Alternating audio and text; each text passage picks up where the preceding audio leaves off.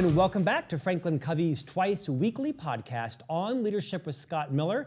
Now in our 6th year with 300 episodes taped, and we're honored that this has become the world's largest consumed leadership podcast weekly, where on Tuesdays and Fridays we curate and release new episodes every week, both in audio and video format. Now, typically, our guests are someone who's authored a book, not because they're necessarily an author by nature, but because they were a business titan, an academic, and a CEO. Perhaps they experienced some unspeakable trauma and lived to write about it. Today, I'm delighted that our guest is not yet a formal author of a book. He authors columns and opinion pieces, but he actually is an in-the-trench CEO. He is the chairman of Outcome Media, has been a 10-year colleague, customer, client, and friend of mine, and he is one of the world's foremost authorities, experts, on 5 areas that I think are really going to interest you. We'll talk about those in just a few moments, all related to building brands and developing business. His name is Jay Schwedelson. He's joining us today from Miami, Florida. Jay, welcome to On Leadership. So excited to be here. I'm a longtime listener, so it's a thrill to be on. Thanks for having me. Longtime listener, first-time caller. Jay, great to have you here. I want to give a little bit of context for why I've invited you on. We never intended this podcast to become like a book review podcast, and I hope that it's not. It so happens that many of our guests have often written a book, and it's a great thing because it helps to guide the conversations. What I love most is when we have someone who actually isn't an author, and we can kind of free flow around all of their areas of expertise, which is why I've invited you on today. Now, the fact of the matter is you are the CEO of Outcome Media, and this is a company based in Miami. It's a global company, primarily focused on North America, that Franklin Covey has been a long-term, decade-plus partner in. For a decade plus, you have helped to shepherd Franklin Covey's business development strategy, whether it was helping us with our websites, our preference centers, our social strategy, our email strategy, managing our data hygiene, and making sure that we're compliant with all the legislation to, guide and protect the abuse of that. And I have found you to be an extraordinarily trusted partner. If anyone listening to today's podcast is anybody responsible for any of those areas for your company, you want to go to Outcome Media, talk to Jay personally. Today, however, Jay, I want to focus on 5 areas that are, in fact, your indisputable expertise. Not just your company, but yours as well. We're going to spend about 5 minutes on each of these areas. Email, social media, podcasting, events, like live events, and then finally thought leadership, because you are a prolific poster on social media and you speak frequently for a living as well. Jay, before we start, will you just rewind a little bit and maybe reorient our listeners and viewers to your journey? What is the business Outcome Media is in and Guru Events? Talk a little bit about some of the services that you provide companies, then we'll go into these 5 particular areas. Yeah, sure. So I've had an agency, a marketing agency for well over 20 years called Outcome Media. We focus on demand generation programs for business and consumer brands, some of the biggest brands in the world. And so when I say demand generation, we do things like email and direct mail and podcast advertising and print advertising, anything to drive demand and to use measurable media. Years ago, about 15 years ago, because we did so much in the world of email, we had to develop a tool for our clients about how to write great subject lines, because we were getting asked that every single day. So we launched a free tool, which is still available today. It's one of the most popular marketing tools out there, called subjectline.com, which is a free site where you can go check your subject line, and it's a lot of fun. But when we launched that, I never thought it would take off the way it did. And it kind of pushed me more into this world of email, and people were like, oh, you're the subject line guy, you know about email, you know about marketing stuff. And that pushed me a little bit further into kind of sharing thought leadership things and whatnot. And so in the recent years, we've launched another company called Guru Media Hub. And that business is all about putting on large-scale virtual marketing conferences and sharing free content, all related to marketing. So a lot of thought leadership, a lot of marketing stuff, and just kind of, like you said, in the trenches every day. Jay, thanks. To remind our listeners and viewers, we're going to segment today's conversation uber practically into tips that everyone can use. Whether you are, the director of admissions or recruitment for a college, whether you're managing the client base for a small chiropractic office, whether you're looking at managing product lines for large Fortune 5000s, you're going to find this to be an extraordinarily practical discussion around 5 areas: email, social, podcasting, events, and thought leadership. Let's start with email. Yes. Email is dead. What do you say to that? Anybody that thinks email is dead or it's not working for you and you think it's legacy and it's old, it's really because you're not focused on the littlest stuff. Email is your email database. Doesn't matter what size company you are, to me, is among the most valuable assets that your company has. We're going to talk about social media and all this stuff that's out there, but there's this idea of rented real estate versus owned real estate. At any moment, Mark Zuckerberg could change the algorithms on Instagram and Facebook, and all of a sudden your social following is meaningless. Look what's going on with TikTok, right? If that's your whole world. But with email, you own that. That is your asset. So growing your email list and having the ability to communicate with your entire database, these people, right, that you've gathered over time, is critical. And when I say the little stuff matters, the words that you put in your subject line, the time of day that you send out your email, how you are personalizing your email, how you're segmenting your database, these little things, literally, you could change one word in your subject line and you could see an increase of over 20% of the number of people that are opening and reading your emails. So if email's not working for you, if you think it's dead, it's because you're not focused on the trends that are literally changing every single day. So I'm very passionate about email, not just because it's part of my business, but because you own it. It's your real estate and you control that voice. Jay, talk about some of the mistakes that people make about their email strategy. I'm assuming renting or buying cold data and sending out 80,000 emails that haven't been warmed up or nurtured. What are some of the things that people do that just common mistakes people make that if they were to change their strategy might have an exponential return for them and for their clients? Yeah, I would say there's a handful of things. One thing is your subject line matters a lot. I think a lot of people have it backwards. They work on whatever it is that they're writing, the copy they're writing, the creative that they're sending out, and then they spend about 30 seconds on their subject line, when it really should be reversed. Because if people don't open your email, who actually cares what's in your message? So when I say focus on your subject line, you really want to think not even about the whole subject line. Nobody actually even reads the whole subject line. You want to think about the first few characters of your subject line, because that's going to be what dictates whether or not somebody opens an email or doesn't. I'll give you some examples. If you start your subject line with a number, the 7 things all HR leaders should know, the 3 pitfalls to avoid for small business owners. When you start your subject line with a number, we see the percentage of people that open up your emails rise by about 25% than if you don't. And the reason that is, it stands out, it's authoritative, people know what they're going to get out of it, they get a little bit excited. If you start your subject line with an emoji, as ridiculous as that may sound, emojis stand out. And it doesn't have to be a face emoji, it could be a calendar, it could be a check mark. Whatever you can do in the first few characters, maybe you capitalize the first word of your subject line. This is how you stand out. This is how you get more people to open. And one of the biggest myths that's out there, and it's kind of ironic to me, is that people think because 10 years ago, the reason you went in the junk folder, the spam folder, when you send out an email to your database, it used to be because of what people called spam trigger words, words like free, or if you capitalized in the subject line, that would cause you to go to the junk folder. But that was 10 years ago. And regardless of what ridiculousness you may read online, you no longer go to the junk folder or spam folder because of the content, because of the words or symbols or things that you're doing in the subject line or the body copy. That has nothing to do with it. You're actually going to the junk folder or spam folder, and it's decided whether or not you are based on how much engagement you have with your database. How often are people opening and clicking and responding to your emails? That is what these receiving email infrastructures are looking for. They don't care about you putting the word free or an exclamation point or $sign in your subject line. That no longer matters, okay? Now, when I say it's ironic, why do I say that? The other big myth that people do make a mistake of is they think they're sending out too much email, that's the reason email's not working for them. So they send less, right? They send less. And the ironic part is the only way for you to stay in the person's inbox is to generate enough opens and enough clicks so these receiving systems can all see that you're a real active sender. And if you don't send enough email, you can't generate the opens and clicks and engagement, and it causes you to go to the junk folder.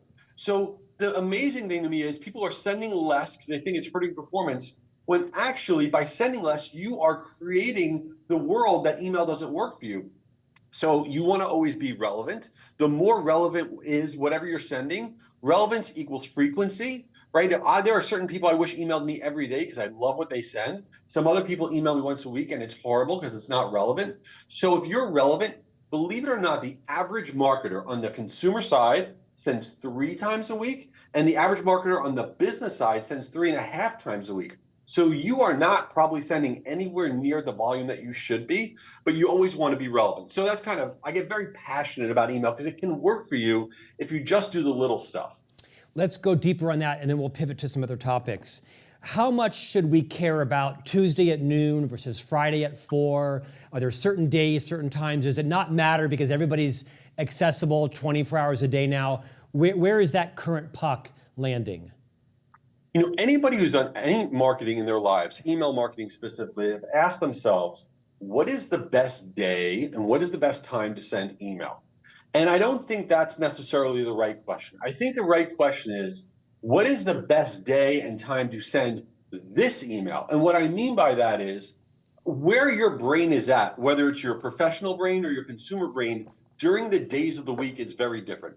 On a Monday, okay, if you're a consumer, you have no money. You spent all your money over the weekend. You're not looking for that big sale on Monday. You don't want to be sending out that offer on the consumer side Monday morning. It will do horrible. You want to be sending it out Friday, Saturday, Sunday, right? That's your offer email on the consumer side. Now, what do you want to send out on a Monday? A Monday or a Tuesday is great if you have a business newsletter that you want to send out, because that's where we're getting our new information for the week, right?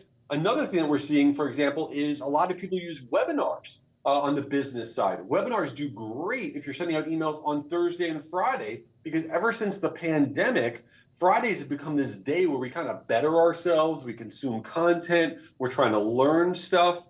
And so Fridays are a great day for business, webinars. Another thing that's really interesting, for example, is Sundays on the consumer side have the highest click-through for consumer offers in the world of email. So what you really want to say to yourself is, okay, what am I sending out? Am I sending out a newsletter? Am I sending out a sales email? Am I sending out some sort of new promotion for a tip sheet or whatever? And what is the mindset of the people that I market to on this particular day and this particular time of day? And so it's not when is the best time to send out email. It's really when is the best time to send out this email.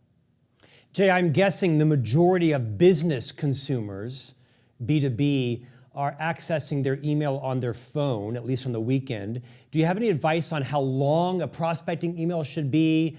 How many characters? How many visuals? Should it be 3 or 4 sentences? For a while there, as everybody was moving to marketing automation, they all became kind of disingenuously false in terms of how they know us, and I find those sort of repellent. What would you say in terms of length, light or heavy graphics, and what's the right tone to not disingenuously assume you know the person, but to make some connection? Yeah, those are great questions. And the first thing you always want to keep in mind is you don't want to be visually boring. Okay, you ever get a long text message from like a family member? It's like this text bomb, and you see it on your phone, and you're like, whoa, I cannot look at that right now. And you put it off to the side for later because you're like, I don't even know what that is. It's the same thing with email. If you open up a message and you see a big block of text, I don't care if it's the most well-written block of text of all time, nobody's going to ever read it. So when you are prospecting to people that your current customers sort of care about what you're saying, but new customers or people that are prospects, you have to be very concise. So what we find is that 75 words or less, that's it. After 75 words, it falls off a cliff. The other thing, though, is how does it look visually? You don't want to have more than 3 lines in a paragraph, because when you open it up, if it's 4 or 5 lines, you're like, ugh, you don't realize it. It's in your subconscious. It's not like you open up an email and you're like, this email's ugly, I'm not reading it. You just see it and then you move on because it's visually not appealing. So 3 lines, and then you want to have a lot of bulleted stuff in there. And then the other piece I think people sleep on the most is the call to action buttons. We all put buttons in our emails. Let's say you were promoting a webinar, right? You put a button in there that says register because you want them to register. That's the most epically boring word in marketing, okay? What we find is that when your call to action buttons, literally the buttons, the rectangles that you're putting in your messages, when they are written in first person, we see a 28% lift in click-through rate. Think about that for a second. All you're doing is changing a few words on the button, and your click-through rate goes up by 28%. What do I mean by first person? So imagine I'm promoting that webinar, and there's two different versions. One version says register on the button. The other version says I want in, or register versus save my spot. What sounds better to you? Gets you a little bit excited. And all you did was change a few words. So thinking about the words that you're writing, how many words you're writing, how many lines are in your paragraphs, it really can be a game changer. Let's move to social. Before we do, talk about how subjectline.com actually works. Yeah, so subjectline.com, it's a free tool. You can go there, and whatever subject line you've written, you put it in the subject line bar. And then our data, we take all the data. So we send out about 6 billion emails annually for all of our clients. We take all the data on what's really performing, and then we give you a score on how good or bad the subject line is that you wrote. And now we have an integration with ChatGPT that will actually rewrite your subject line that you wrote 8 different ways. An urgent version, one that's about curiosity, all sorts of different tactics. So that's what subject line is all about. We've checked 15 million subject lines now. And, we're excited that it can help marketers, think about things a little bit differently. So that's why we created it. It's totally free. It's fun to play with. Jay, for whatever reason, the social media algorithms are convinced you and I should be friends because they pitch all of your content to me. I like to refer to your social as responsibly outrageous because you've got a very unique voice in your social media. Talk a bit about some of the platforms you are on. What have you learned? I mean, if anybody I am associated with, you are probably the most agile human I know, right? Try this, don't try that. Did this, now I'm doing that. And so you have, for being a big personality, you actually have a pretty low ego because you're willing to change on a dime, with exception of your spouse, who I know is probably phenomenal. We'll talk about her in a moment. Talk about your social, what you've learned. Yeah, so I appreciate you saying all of that. And you also are an amazing voice on social media, on all platforms. I go pretty heavy on LinkedIn specifically, and I'll tell you why I go heavier on LinkedIn than any other social platform. I feel it's a very positive universe there. Everyone kind of really does support each other. And I like how everything is very social. Like you could really interact with people in a healthy way. But what I think the mistake that people make on social media is two things. One is everyone tries to have a beautiful format, well-designed stuff. The best graphics, they're on Canva making stuff, and it's all on brand, and it meets brand guidelines. And I will tell you right now, that doesn't work. And as we get further with AI, the more generic looking stuff, the stuff that looks like it was created by an Adobe or Canva or whatever, it's going to perform worse and worse and worse. The stuff that you are literally taking your phone and pointing at yourself, okay, or you are making it literally like it could be made by a third grader, that is what resonates with people. That is what's relatable to people, and that's what we want to consume. We want to consume reality. There's so many of us that are working remote, right? We're not all going into the office every day anymore. So this idea, and I know the word's a little bit overused, but this idea of being authentic is real and it works. And so you can't be afraid to go out there. But then the other thing that I think that is the biggest fail for anybody getting involved with social media, or really marketing in general, is consistency. What I mean by consistency is I'm not the smartest guy in the world, not by a long shot, okay? But I fundamentally believe that if you are consistent in whatever it is that you do, you will beat out 95% of the people on this planet because they give up. They do, right? So if you go out on LinkedIn, I'll probably post almost every single day on LinkedIn, and I've been doing that for years. I see other people do it, but then they stop. They'll stop 3 months in. I got tired of it. I had nothing else to say. I don't know what happened. I got too busy in my life, my kids, my whatever. No, you need to always keep going. You keep going, you keep going. Amen. And if you can stay consistent, you will win. You don't need to be the smartest person. You don't need to say the smartest things. You need to be consistent and you need to be real. Okay, you need to be honest, and you need to be real, and you need to care. I like to do social media with no agenda. I believe no agenda marketing is the secret sauce to all of marketing.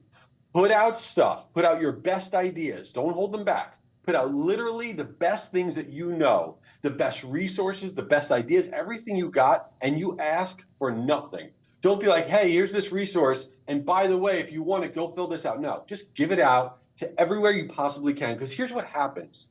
Over time, people will look at you and say, wow, that person knows what they're talking about. I wonder if there's somebody good to work with, and they will reach out to you. It is this boomerang effect. So this idea of no agenda marketing and consistency and being kind of just basic content, I believe that's how you win on social media. Did I just hear you say that your new book release is actually titled No Agenda Marketing? Is that what I heard? Did I hear that I was your agent? You would know better than I do. Did I hear that was your agent? Yeah, I'm going to go sell that book to a publisher today.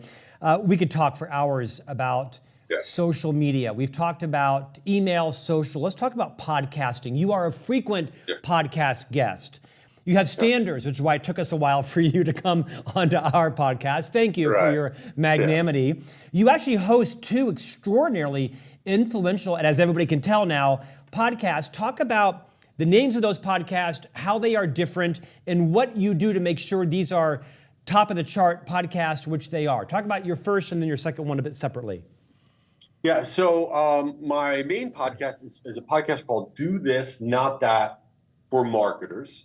And yeah, I'm really proud of what we've done there. We put out a lot of content, and all of our episodes are less than 10 minutes. And basically, we are sharing rapid fire tactical things on every episode, the latest stuff that we find out about all marketing, email marketing, social media marketing, AI, anything. We are sharing that all week long.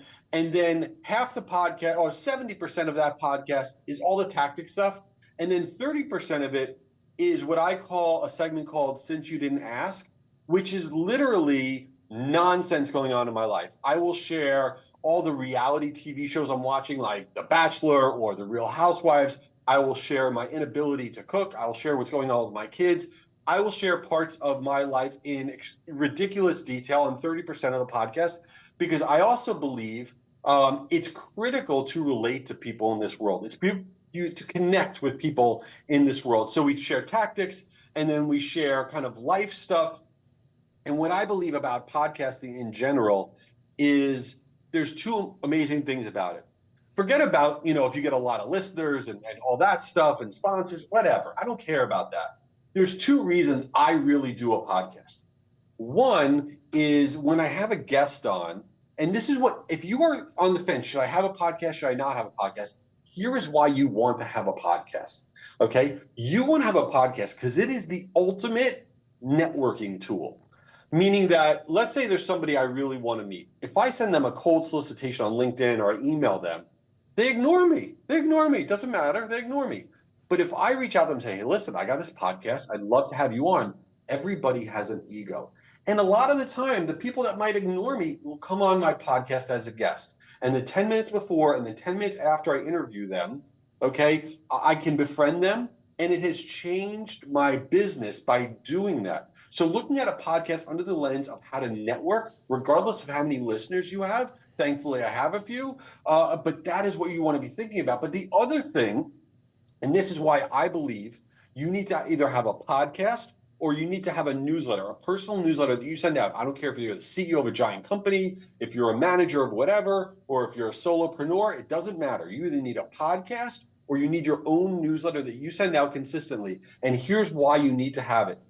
It forces you to stay connected into what is going on. What are the latest things in whatever business or sector that you're in? You have to research. You have to read stuff. You have to read other newsletters, watch webinars, consume content. So that way you know what you're talking about.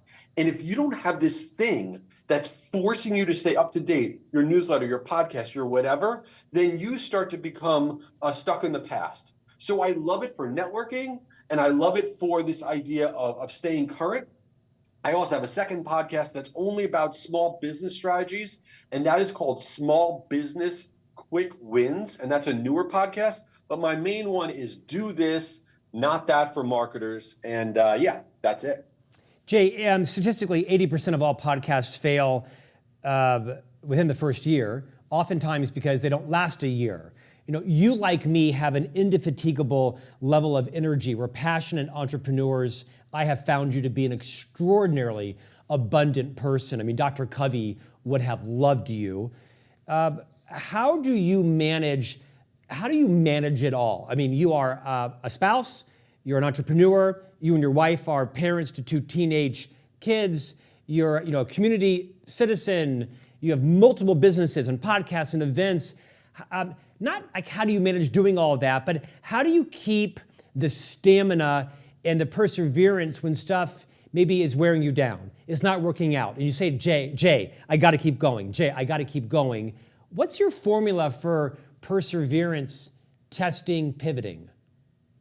That's a great question. And I feel that I've always felt, for me, this idea that regret is worse than failure. And I never want to regret not doing everything that I can do in the moment, meaning I don't want to miss anything that's going on with my kids. I'm as involved with my kids as I possibly can be. I don't want to miss being a good husband. I don't want to miss trying new things in my business. And the things that I care about, my family, my business, my friends, I massively prioritize them.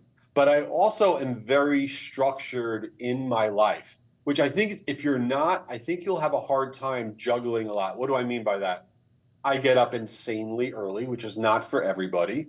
I don't sleep much past 5 on any given day. And so I do a lot of stuff between that 5 and 9 o'clock period. And I go to bed insanely early. I don't really see 10 o'clock that often because I know I need to shut it down or else I'm not going to be good the next day. Yeah. And then the other thing that I've learned to do is be much more respectful of my time.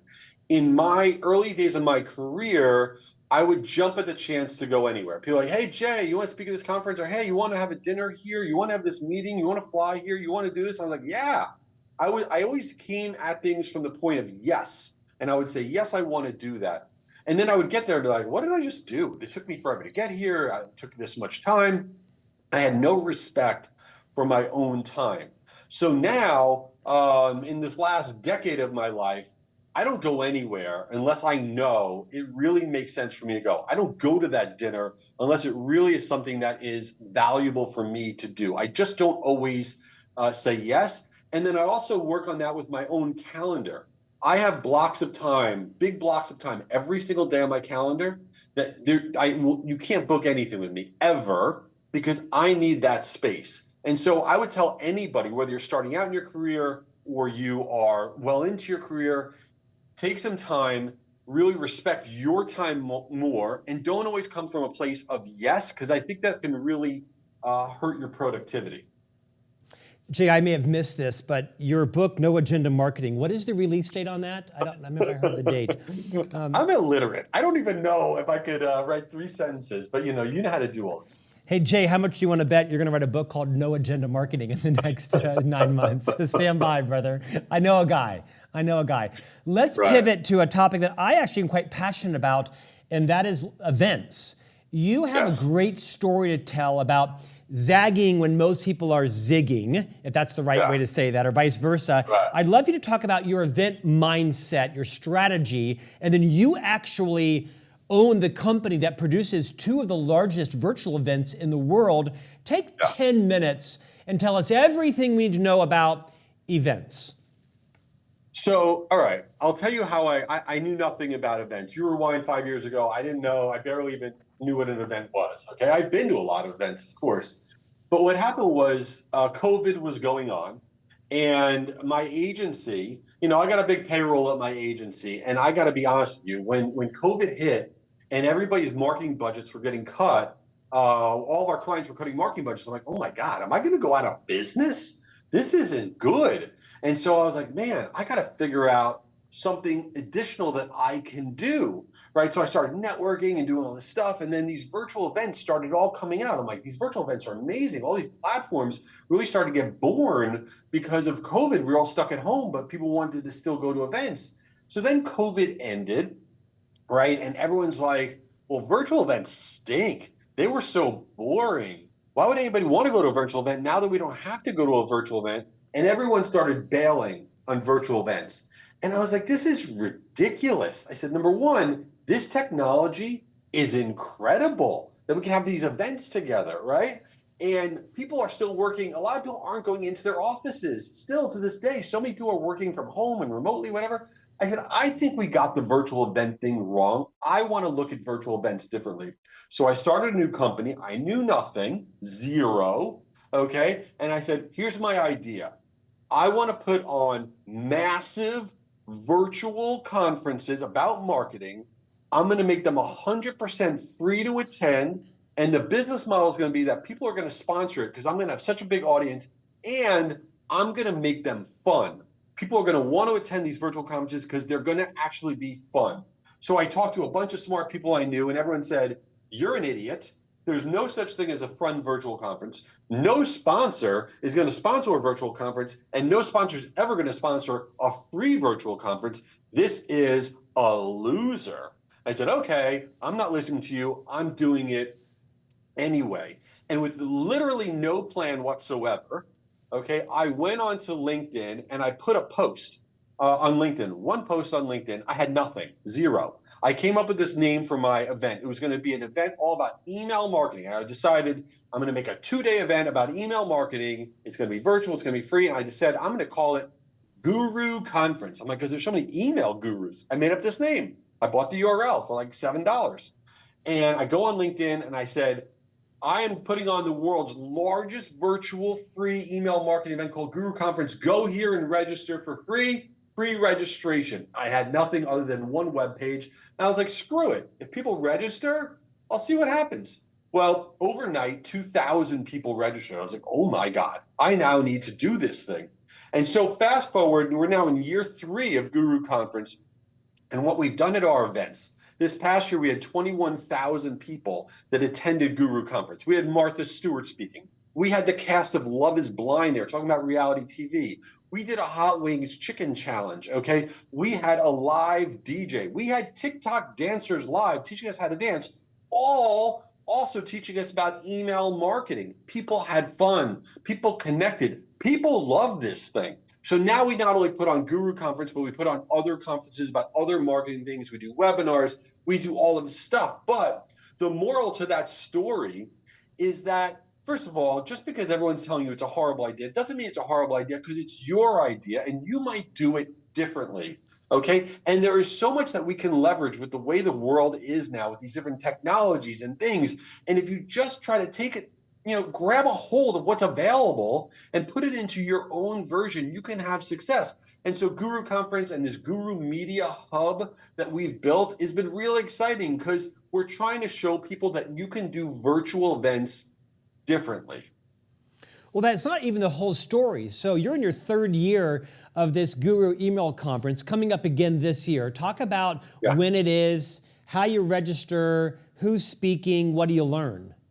Because I think everybody is riveted listening to you about, what is their conference strategy? How many this year should I attend that are live in person? Maybe 1, maybe 2. How many virtually? Talk about more, go deeper into your Guru email conference.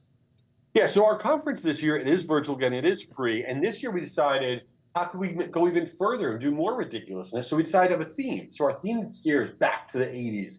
It's all 1980s. And our keynote is Sarah Jessica Parker, which I think is super cool. And then we have people like the founder of Morning Brew, Alex Lieberman's going to be there. Amy Porterfield, the amazing author of 2 Week Notice, is going to be there.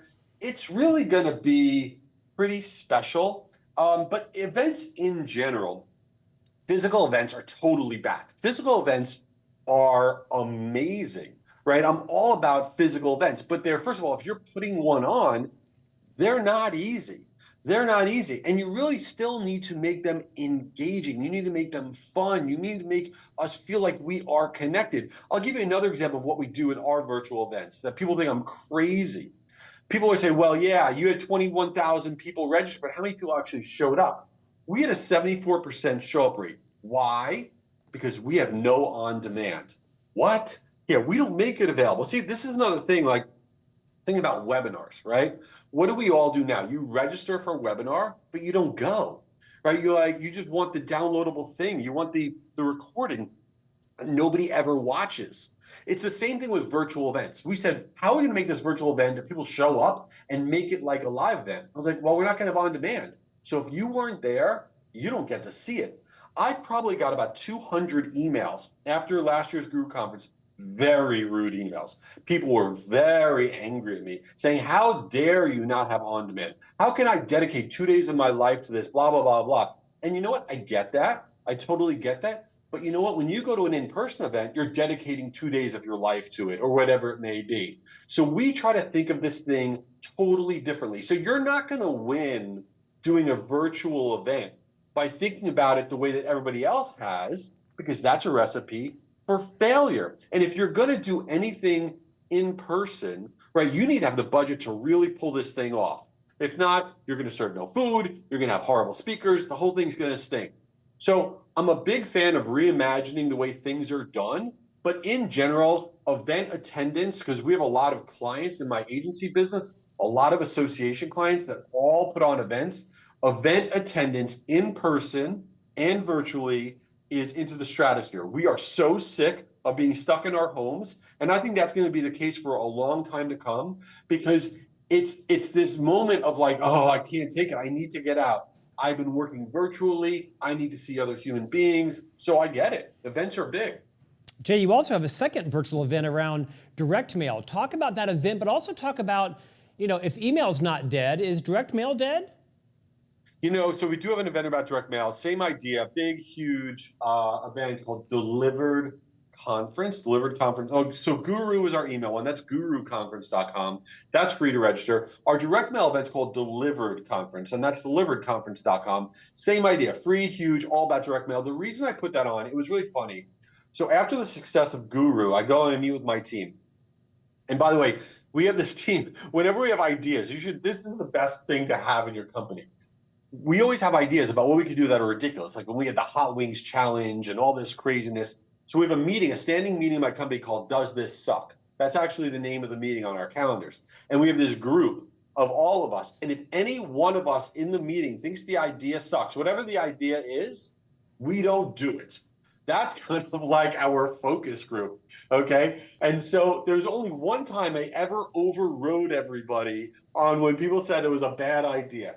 So after we had the success of Guru Conference, we had a meeting, and the meeting was, okay, what should our next big event be?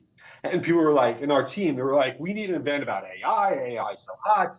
We need an event about TikTok marketing, about whatever. And I was like, no, I want to do an event about direct mail marketing. Everyone's like, what is wrong with you? Like, why would anybody want to attend an event about direct mail marketing? And there was really a few reasons why I wanted to do it. And it's been very successful. I grew up in the world of direct mail. In my folks, my mom was a school teacher. My dad worked for a magazine company. They quit those jobs in the 70s, and they started up a small direct mail business in my garage when I was like 4 or 5 years old. And I didn't know you weren't supposed to have a garage. And all I ever knew was direct mail around my kitchen table. So it was always near and dear to me. But then every night we go home, we have mail. You have mail. It is a very vibrant channel, but there is nowhere to learn about how to do mail. And the world of mail has changed so much. People think it's not doing well because you don't get 75 catalogs anymore, but that couldn't be further from the truth. Mail is now, you can do trigger-based marketing automation direct mail. What I mean by that is, let's say somebody goes to the pricing page on your accounting software website. When they get to that page, you can now, within 48 hours, have a predetermined mail piece sent to that person, not because they filled out a form, but just because they visited that page. You could have a direct mail piece in the mail within 48 hours and in their hand within 8 days. direct mail has become marketing automation the same way that email has marketing automation. There's been all these advancements. So I wanted to shed light on the world of direct mail. That's why we started this thing. It's gotten really big. We have Barbara Corcoran speaking. Why Barbara Corcoran from Shark Tank? Because she loves real estate and real estate relies on direct mail. So yeah, I'm really passionate about that event and just about marketing in general and just looking at things through a different lens. That's what I love. Jay, this could be a 3-hour podcast because as a CMO, I love to just like consume all of your innovation because you're not just pontificating about what you've done right. I mean, in your book, No Agenda Marketing, I'm sure you're going to share stories around all the mistakes you made, and that's where all of the learning comes from. By the way, I'm proud to announce that I am Jay's literary agent. Stand by for the book No Agenda Marketing, coming to you in the late fall of 2025. Jay, I want to spend a couple of last minutes prior to pumping your book one last time, talk about a fifth category called thought leadership, because you keynote strategically, you write newsletters, LinkedIn columns. Thought leadership is known as kind of this nebulous realm.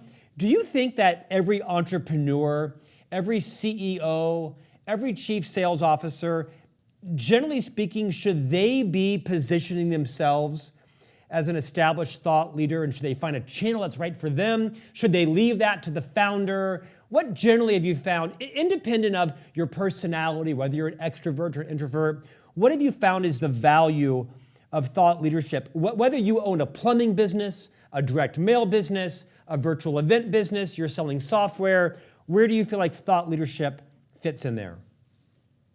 I think thought leadership is becoming essential. The world of AI is really pushing more and more generic content out there. And you need a personal brand for your business to be successful and for you to be successful. And you know what? You don't get a pass because you're uncomfortable being out there. In my personal life, as an example, I haven't posted on Facebook or Instagram in probably 10 years. It's just not something I really do or feel comfortable doing. But you have to get comfortable being uncomfortable. That is how business works. I remember early on in my career, okay, when we all used to have phones on our desks, okay? My grandfather came and visited me one day at work. And I'm sitting there and he's like, how's it going? I'm like, it's not going great. It's really not. And he says to me, you see that big box on your desk? I go, what do you mean, the phone? He goes, yeah. He goes, you need to pick it up and you need to call people. And it doesn't matter if it makes you feel uncomfortable, because if not, you're not going to be successful. And I was like, uh-oh. And that is the same thing with thought leadership.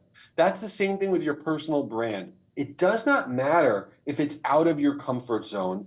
You need to get comfortable sharing and figuring out how you like to share things and developing that muscle, because it is a muscle, and then stay consistent doing it, because when you do it, it will come back to you. What people say, and something that builds over time, it's not where somebody says, I saw that one post you did and it really resonated with me. I love to talk. No, what they'll say to you after 6 months is, everything you share, it really resonates with me. I really think you know what you're talking about, and I'd love to have a conversation with you. Slowly, you are building this thing in that person's brain that you don't even know that they're seeing it.